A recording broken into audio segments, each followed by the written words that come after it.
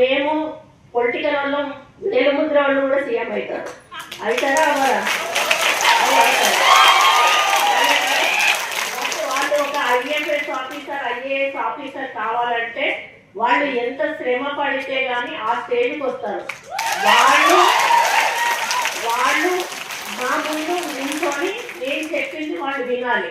అంటే రాజ్యాంగం రాసింది, అది మనం ఏం చెయ్యలేము.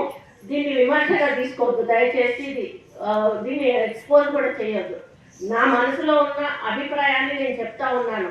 మాకు చదువు రాదు, మాకు సబ్జెక్ట్ తెలీదు, ఇష్టం ఉన్నట్టుగా వాళ్ళు ఏదైనా చేస్తే ఇష్టం ఉన్నట్టుగా తిట్టేస్తాం, మీరు ఏ పని చేయలేదు.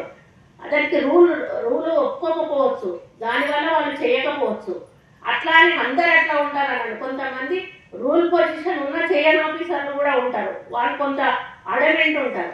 అట్లాంటి వాళ్ళని అనడంతో తప్పులేదు, కానీ ఎవరి పని వాళ్ళు చేసుకుపోతున్న వాళ్ళను మనం అప్పుడు కూడా డిస్టర్బ్ చేయొద్దు. మనం రూల్స్ ప్రకారం వెళ్ళాలి అని చెప్పి మరి ఎప్పుడు కూడా నేను సపోర్ట్ చేస్తాను. ఎందుకంటే మా నాన్న ఇంజనీర్గా ఉన్నప్పుడు ఎంతోమంది కాంట్రాక్టర్స్ వచ్చి మా నాన్నని బిల్లు చేయకపోతే రోడ్డు బిల్లు తిట్టిన సందర్భాలు మేము కళ్ళారా చూసాం. కాబట్టి వాళ్ళ బాధ ఎట్లుంటుందో మాకు అర్థమవుతుంది. కాబట్టి నేను ఆఫీసర్స్ అంటే చాలా రెస్పెక్ట్ ఇస్తాను.